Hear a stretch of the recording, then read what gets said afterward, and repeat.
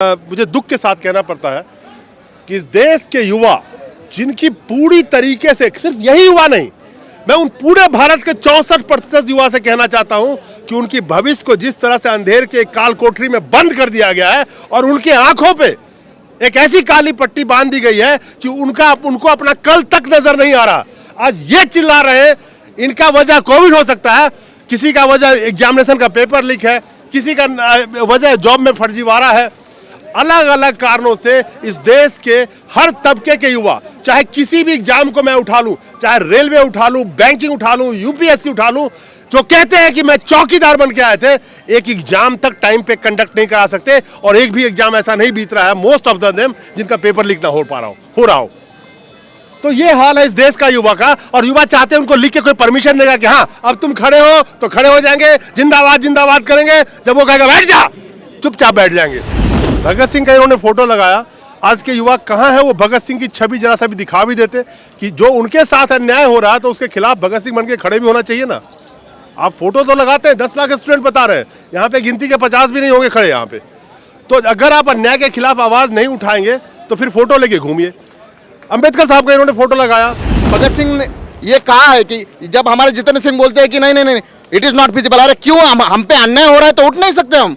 अन्याय के लिए हम अगर नहीं उठते तो कौन उठेगा? उठने के लिए लिख के परमिशन कौन देगा आपको? उठो, वही तो बात है ना sir. You want permission from somebody. बिल्कुल, जिसके खिलाफ उठ के खड़ा होना है वो आपको लिख के परमिशन देगा क्या? नहीं नहीं सर, इसलिए आते हैं विदाउट परमिशन। उनके घर के सामने बैठे हैं, 10 बार बैठे, उठा के जेल में डालते हैं हर बार। वो नहीं चलेगा। 10 लाख जेल जाने के लिए तैयार खड़े हो जाओ रोड पे, क्यों नहीं खड़े होते? 10 बार आते हैं और बिल्कुल आएंगे और हर बार Who is stopping you? Yes, yes, yes. We are, no If your life is ruined, yes, yes, and you are still looking forward to them, हाँ दे दो, वही खोल देगा ऐसे। भीख मांगने से कुछ नहीं मिल रहा।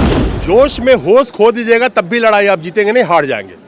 आपको डेमोक्रेसी ने आपको मौलिक अधिकार दिए हैं, जो आपके फंडामेंटल राइट्स हैं, जो संवैधानिक तौर पे विरोध करने का तरीका है, और आप जब विरोध करना चाहे उसको जैसे करना चाहे, जो अहिंसात्मक होना चाहिए, ये सब अगर फॉलो करके आप लड़ेंगे तो आपको विरोध करने से कोई रोक नहीं पाएगा। और जैसे ही आपको पता है आज के वक्त में वजह ढूंढी जाती है लोगों को धरना से रोकने के लिए, लोगों को जेल में बंद करने के लिए, लोगों पे अलग अलग तरह के जुर्माने लगाने के लिए, तो ये जरूरी है कि संविधान ने आपको जो हक और अधिकार दिए हैं उस लोकतंत्र के तहत और उसी लोकतांत्रिक तरीके से आप अपने विरोध को जरूर दर्ज कर सकते हैं, उसमें कोई दो राय नहीं है। संसद में जाके कूदना मैं बिल्कुल इसका समर्थन नहीं करता। इंकलाब जिंदाबाद, हटाएं दो मोदी जी, हटाएं दो मोदी जी, हटाएं दो मोदी जी, इंकलाब जिंदाबाद। दोस्तों नमस्कार।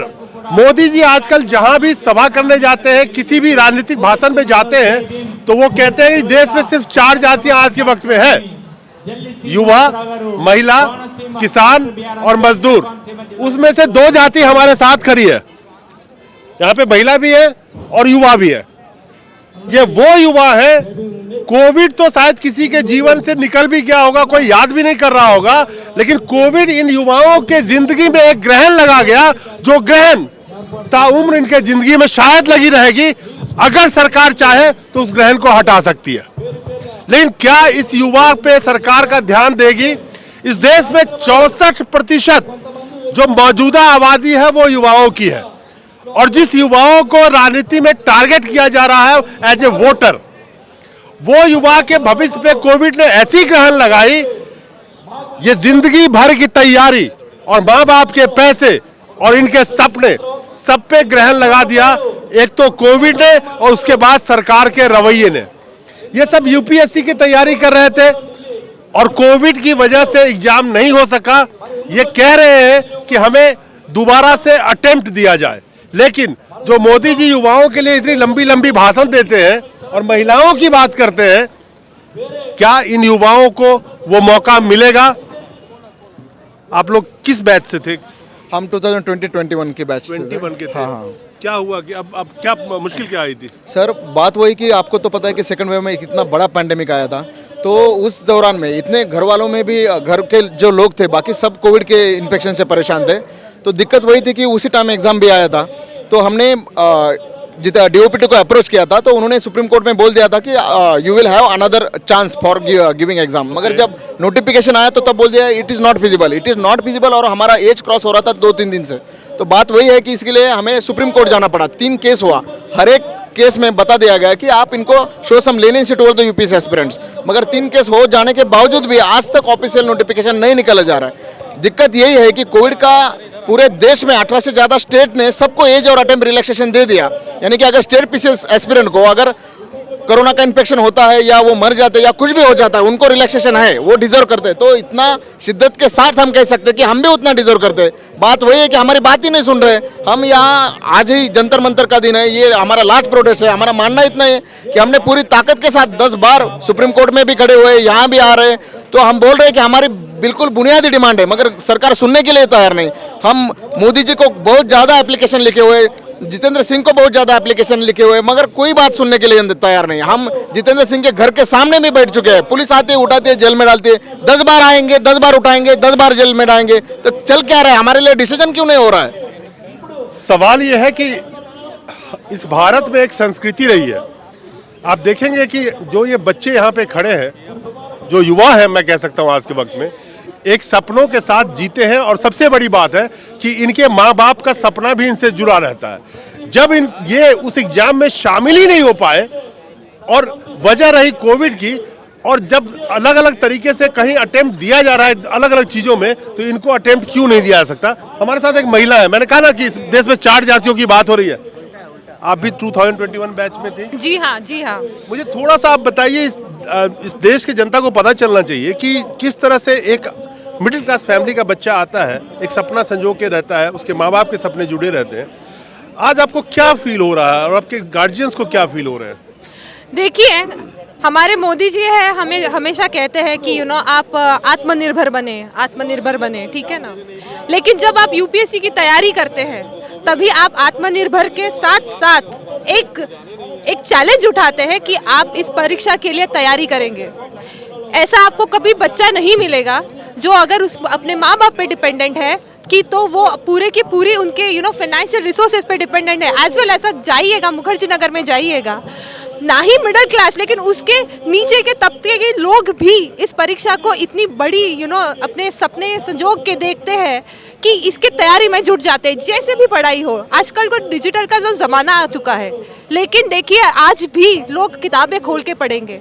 जितनी जैसी उनको रिसोर्सेस मिले, कम पैसों से मिले, पूरे एडजस्टमेंट करके पढ़ते हैं। बहुत अपनी घर की, गांव की पूरी सब इतनी क्रिटिसिज्म होती है, उसके आगे जाके पढ़ते हैं, ठीक है।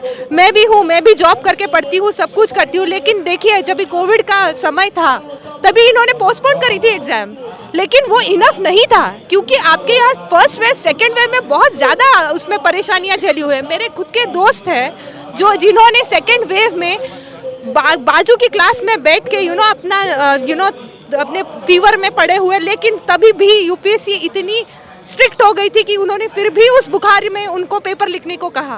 तो कहाँ है जब हमारे अपने चीफ जस्टिस ऑफ इंडिया कहते हैं कि एक कंपैशनेट अप्रोच होना चाहिए, या फिर आपकी न्यू एजुकेशन पॉलिसी कहती है कि आप पे एक रैशनल एंड कंपैशनेट आपको एक इंसान बनाता है ये एजुकेशन, तो ये एटीट्यूड वहाँ से क्यों नहीं झलकता है?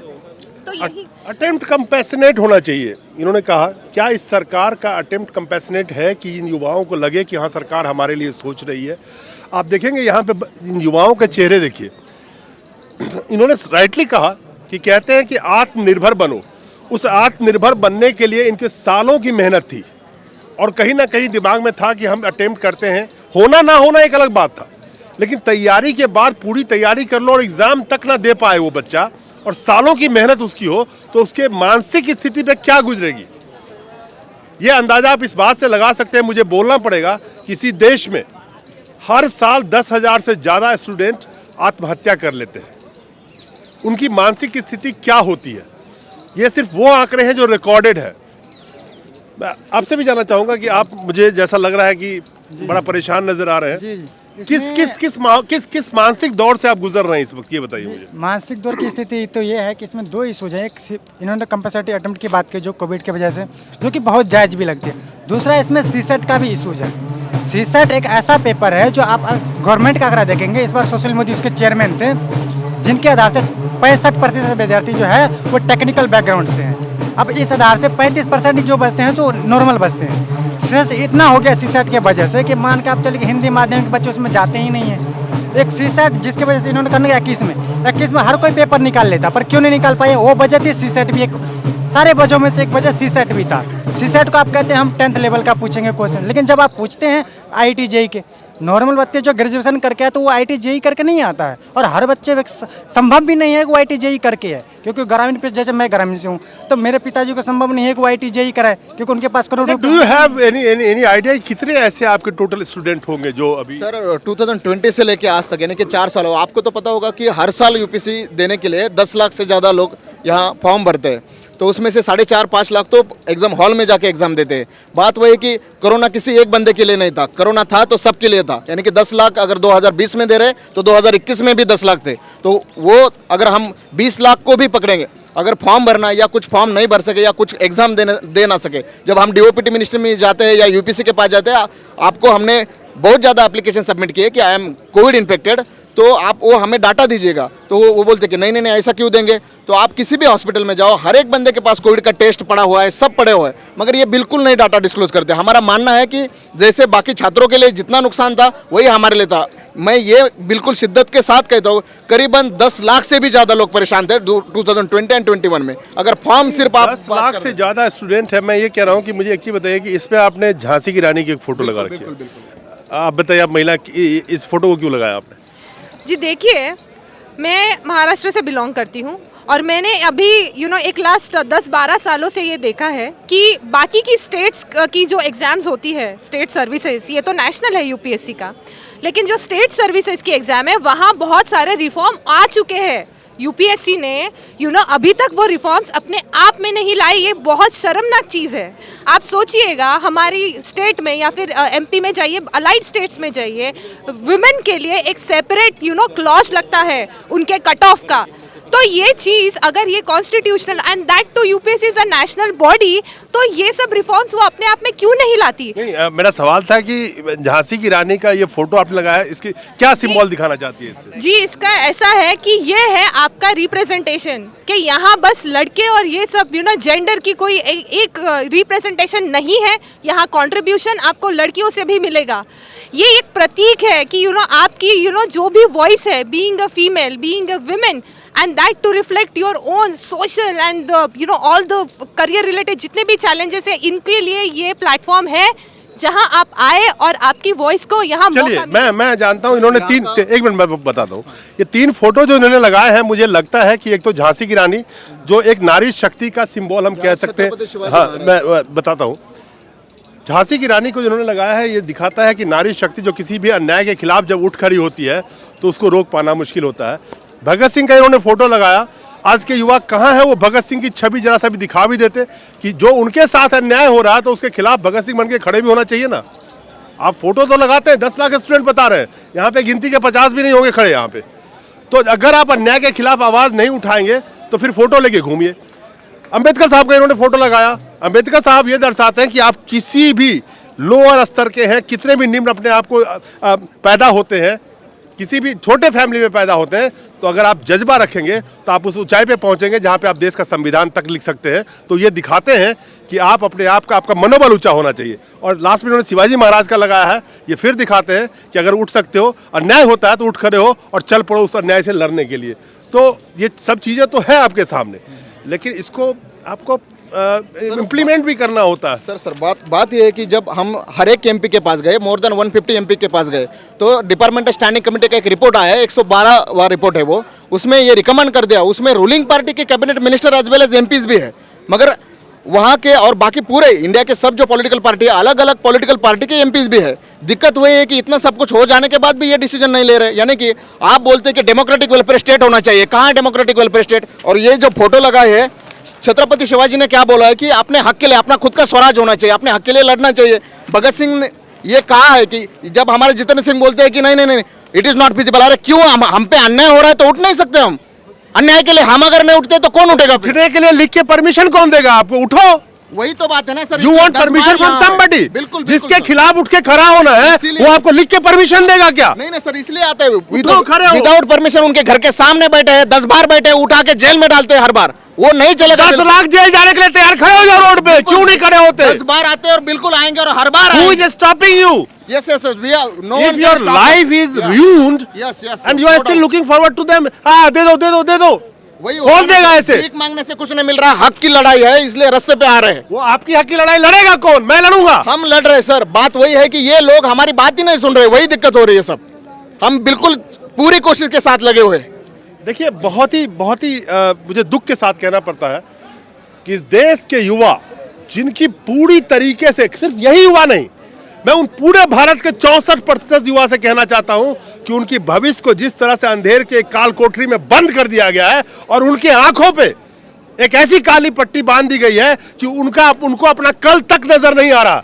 आज ये चिल्ला रहे हैं, इनका वजह कोविड हो सकता है, किसी का वजह एग्जामिनेशन का पेपर लीक है, किसी का वजह जॉब में फर्जीवाड़ा है। अलग अलग कारणों से इस देश के हर तबके के युवा, चाहे किसी भी एग्जाम को मैं उठा लूं, चाहे रेलवे उठा लूं, बैंकिंग उठा लूं, यूपीएससी उठा लूं, जो कहते हैं कि मैं चौकीदार बन के आए थे, एक एग्जाम तक टाइम पे कंडक्ट नहीं करा सकते और एक भी एग्जाम ऐसा नहीं बीत रहा है मोस्ट ऑफ देम जिनका पेपर लीक ना हो रहा हो। तो ये हाल है इस देश का युवा का, और युवा चाहते हैं उनको लिख के कोई परमिशन देगा कि हाँ अब तुम खड़े हो तो खड़े हो जाएंगे, जिंदाबाद जिंदाबाद करेंगे, जब वो कहेगा बैठ जा, चुपचाप बैठ जाएंगे। और हर बार जेल में डालते हैं, हर बार। ये हाल है हमारे देश का युवा का। सर इसमें ये बात है ना, अभी कुछ दिन पहले की बात है, मैं उस इशू को मैं उससे सपोर्ट नहीं करता। 2 दिन पहले एक पार्लियामेंट पर 2 व्यक्ति ने कूदा और 2 बाहर थे। कुछ लोग तो ये भी कह रहे थे कि वो आतंकवादी, लेकिन उनकी इशू देखेंगे तो वो बेरोजगारी के मुद्दे पर गए थे। हमारा पार्लियामेंट, हम उसका सपोर्ट नहीं कर रहे हैं। नहीं, वो अगर तरीका थोड़ा वो आतंकवादी घोषित हो जाते हैं, अगर वो किसी और समुदाय के होते तो आप समझिए। वही तो मैं भी कहना चाह रहा हूँ, अगर वो दूसरे समुदाय के होते तो अब तक आतंकवादी घोषित होने में कोई देर नहीं लगता। लेकिन आजकल मीडिया भी उसे ये नहीं कह रहे हैं। मैं ये कह रहा हूँ कि उसके मुद्दे क्या थे, बेरोजगारी। हम मुद्दे को नहीं हल कर, लेकिन हम वो कह रहे हैं कि सिक्योरिटी, हमको भी पता है कि सिक्योरिटी इशू है, नहीं होना चाहिए, मानते हैं। लेकिन बेरोजगारी का जो मेन इशू है, आप उसे ऐसे प्रदर्शन करें, आप समझेंगे नहीं। गलत तरीका तो अपनाना पड़ेगा ना। मैं एक चीज कहना चाहता हूँ, हो सकता हूँ, मैं एक चीज कहना चाहता हूं कि जोश में होश खो दीजिएगा तब भी लड़ाई आप जीतेंगे नहीं, हार जाएंगे। आपको डेमोक्रेसी ने आपको मौलिक अधिकार दिए हैं, जो आपके फंडामेंटल राइट्स हैं, जो संवैधानिक तौर पे विरोध करने का तरीका है, और आप जब विरोध करना चाहे उसको जैसे करना चाहे, जो अहिंसात्मक होना चाहिए, ये सब अगर फॉलो करके आप लड़ेंगे तो आपको विरोध करने से कोई रोक नहीं पाएगा। और जैसे ही आपको पता है आज के वक्त में वजह ढूंढी जाती है लोगों को धरना से रोकने के लिए, लोगों को जेल में बंद करने के लिए, लोगों पे अलग अलग तरह के जुर्माने लगाने के लिए, तो ये जरूरी है कि संविधान ने आपको जो हक और अधिकार दिए हैं उस लोकतंत्र के तहत और उसी लोकतांत्रिक तरीके से आप अपने विरोध को जरूर दर्ज कर सकते हैं, उसमें कोई दो राय नहीं है। संसद में जाके कूदना मैं बिल्कुल इसका समर्थन नहीं करता, लेकिन आपको जो संवैधानिक हक दिया गया है जिसके तहत आप विरोध कीजिए, और उस विरोध को जब कोई कहता है कि नहीं करने देंगे, तब आपके पास न्यायालय है, कोर्ट है, कचहरी है। हालांकि न्याय इस देश में मिलना बहुत मुश्किल है आज के वक्त में एक निम्न आदमी के लिए। खैर आखिरी बात हाँ। मैं ये कहना चाहूंगा कि देखिए, जब भी हमें कोई भी डीसीपी पकड़ के ले जाते हैं, एसीपी पकड़ के ले जाते हैं, हम लास्ट बार होम मिनिस्टर अमित शाह के घर के पास भी चले गए थे, तो वहाँ एक एसीपी सस्पेंड हुई थी। हमारा मानना इतना है, देखिए हम आपके खिलाफ नहीं, हमारा मानना इतना है कि हम अपने हक के लिए आए हैं। ओके, और जब भी आप पकड़ते हो तो आप हमें बोलते हो कि डेमोक्रेटिक तरीका फॉलो करो, कॉन्स्टिट्यूशनल मीन्स का तरीका फॉलो करो, प्रोटेस्ट का तरीका फॉलो करो, और ये सब करके यानी कि कोर्ट में 3 साल हम रगड़ रहे हैं, तब भी वर्डिक्ट हमारे फेवर में आ जाने के बाद भी आप कुछ नहीं डिसीजन ले पा रहे हो। आप जब भी पार्लियामेंट में रेज करते हैं, सुप्रिया ताई ने रेज किया, बाकी फौजिया खान ने रेज किया, अलग अलग पार्टी के विधायकों ने रेज किया, बीजेपी के जो विधायक है उन्होंने भी, मेंबर ऑफ पार्लियामेंट है उन्होंने भी रेज किया, फिर भी इट इज नॉट फिजिबल। अरे भाई रीजन तो बताइए। इट इज नॉट फिजिबल का मतलब होता है डेमोक्रेटिक वेलफेयर स्टेट में हम हैं, कॉन्स्टिट्यूशन पढ़े हैं, यूपीएससी के छात्र हैं, मिलना चाहिए, अटेम्प्ट तो मिलना चाहिए। अगर अन्याय की बात है तो उसको एड्रेस करना चाहिए, एड्रेस नहीं हो रही है, और ये बताएंगे, हमेशा बताएंगे कोर्ट में चलो, कोर्ट में चले गए, रास्ते पे आ गए। आप अगर हमारे प्रोटेक्शन नहीं ये कर रहे हैं, एड्रेस ही नहीं कर रहे, तो करे क्या? इसका जवाब हमें मिलना चाहिए, इस सरकार से मिलना चाहिए। जवाब मिलना चाहिए। जवाब देगा कौन? जवाब किससे मांगेंगे? जवाब देगा कौन? एक चीज याद रखिएगा कि इस देश का इतिहास गवा रहा है कि इस देश में क्रांति जब भी आई है वो युवाओं के द्वारा मोस्ट ऑफ द टाइम लाई गई है, उसी युवा की आवाज़ से अगर सरकार डरने लगे और उन्हीं युवाओं की आवाज़ को दबाना शुरू करने में लग जाए तो आप समझ लीजिए कि आपकी डेमोक्रेसी खतरे में है। Democracy is in danger. आज ये सामने खड़े हैं, कल आपकी बारी है।